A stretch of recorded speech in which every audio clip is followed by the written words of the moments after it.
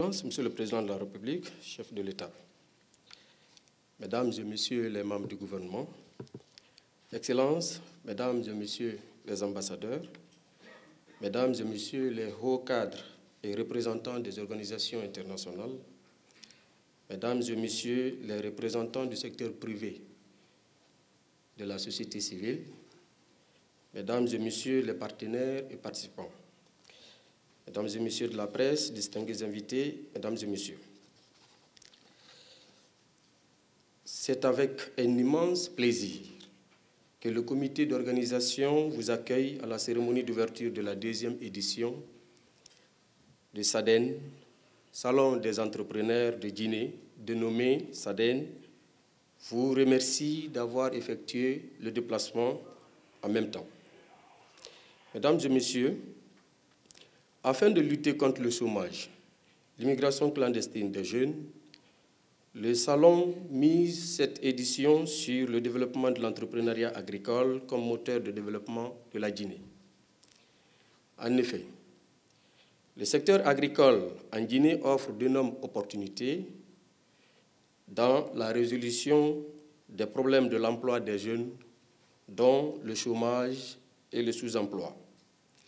Ces opportunités ont été exploitées par les gouvernements et les partenaires au développement à travers plusieurs programmes d'insertion professionnelle des jeunes et de promotion de l'emploi, de l'entrepreneuriat agricole. Les résultats de ces programmes sont globalement mitigés, parfois loin des attentes, avec des entreprises agricoles non viables ou peu performantes. L'organisation, Mesdames et Messieurs, du SADEN de Conakry pour les 11 et 12 mars 2020, après les SADEN régionaux à Kankan et à Kindia, respectivement les 18 janvier et le 1er février passés, sous le thème « L'entrepreneuriat comme accélérateur des chaînes de valeur agroalimentaire ». Ce veut une réponse adéquate à la demande pressante de mise en valeur, de suivi et d'accompagnement des créateurs d'entreprises et d'emplois dans le secteur. Et cette dernière étape profitera à plus de 2000 bénéficiaires, dont une centaine venus des régions de Zérékouré, Farana, Mamou, Labé et Boké. Chers invités, au-delà des objectifs et de l'impact du SADEN, sur les acteurs clés de l'écosystème entrepreneurial, dont l'État, ce salon est un véritable outil de cohésion. D'abord gouvernemental, au vu de l'investissement des départements et autres structures pour ensemble appréhender une problématique qui n'est pas des moindres. C'est l'occasion pour nous, Monsieur le Président de la République, de magnifier et noter l'investissement entier des ministères comme le ministère de l'Investissement, des partenariats publics-privés, le ministère du Commerce, le ministère de l'Industrie et des petites et moyennes entreprises, pour lesquels, au-delà des services centraux, l'investissement est allé jusque dans les régions pour la participation des services déconcentrés des régions, lors des SADEN régionaux.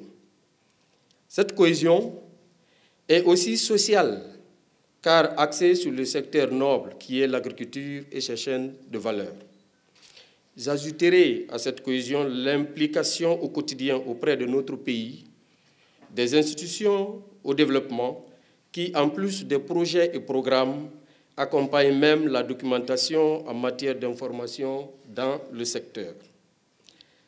Chers entrepreneurs et porteurs de projets, les agriculteurs sont de plus en plus confrontés aux risques d'affaires. Ceux-ci font désormais partie de leurs décisions au quotidien, qu'ils soient inhérents à la production, à la transformation des produits à la ferme, à la commercialisation ou à la gestion.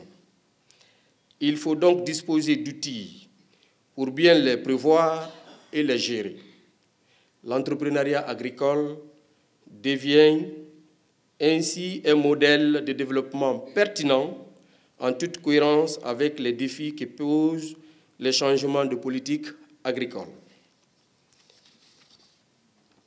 Dans ce sens, un consensus a été trouvé sur le fait que l'agropole est supposé être un pôle moderne de développement agro-industriel qui facilite la mise en réseau de l'ensemble des acteurs des chaînes de valeur, à savoir les producteurs, entreprises de transformation, distributeurs de produits, fournisseurs de services, etc.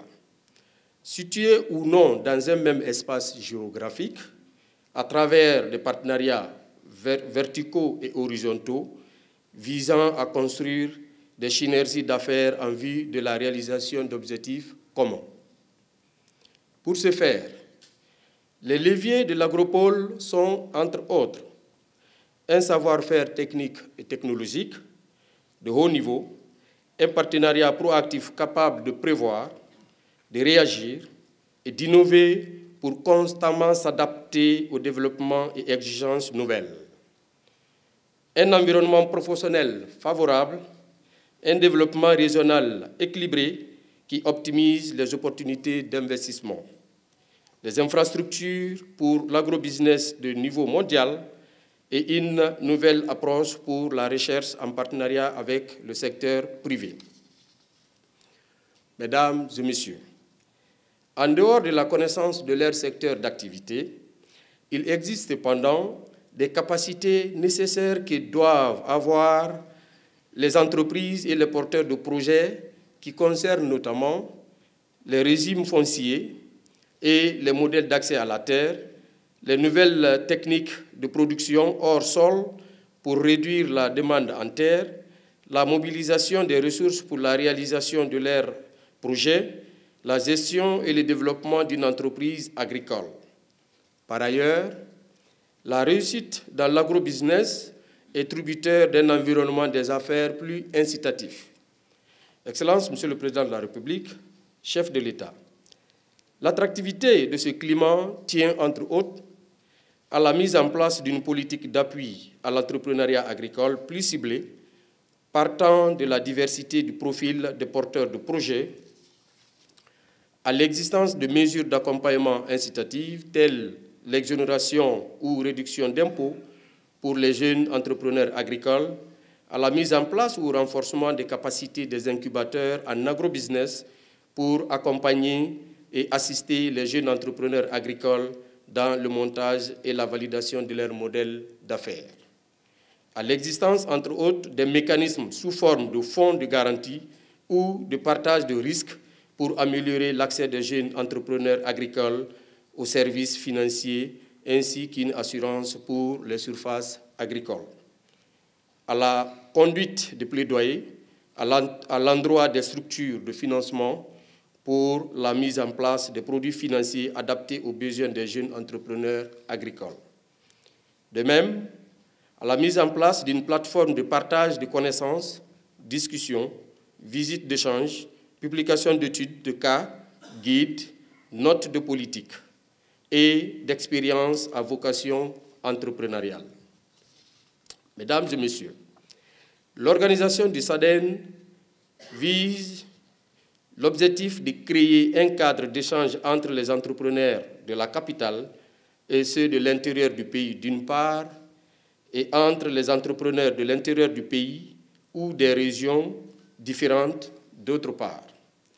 Renforcer les capacités des entreprises locaux dans le cadre de la politique de contenu local, mettre en lien les entrepreneurs guinéens de l'étranger et ceux de la Guinée et contribuer à bâtir des champions locaux. Mesdames et messieurs, je voudrais, pour terminer, au nom de Monsieur le ministre de l'Enseignement technique, de la formation professionnelle, de l'emploi et du travail, remercier l'ensemble de nos partenaires et participants à la présente activité. Grand merci au projet PEDEC, à Enabel, à Canal Plus Guinée. Merci à Guinée Games, à l'ONIDI, pour leur accompagnement significatif. Nous remercions également ITC ainsi que la SFI pour l'appui sans cesse dont nous avons bénéficié. Merci à tout le gouvernement pour les efforts inlassables qui ont favorisé cette rencontre, à Monsieur le Premier ministre qui nous a fait l'honneur de présider l'étape de Kankan malgré son agenda très chargé. À Monsieur le Président de la République, toute notre reconnaissance pour l'appui et l'encadrement sans cesse renouvelé. Je vous remercie.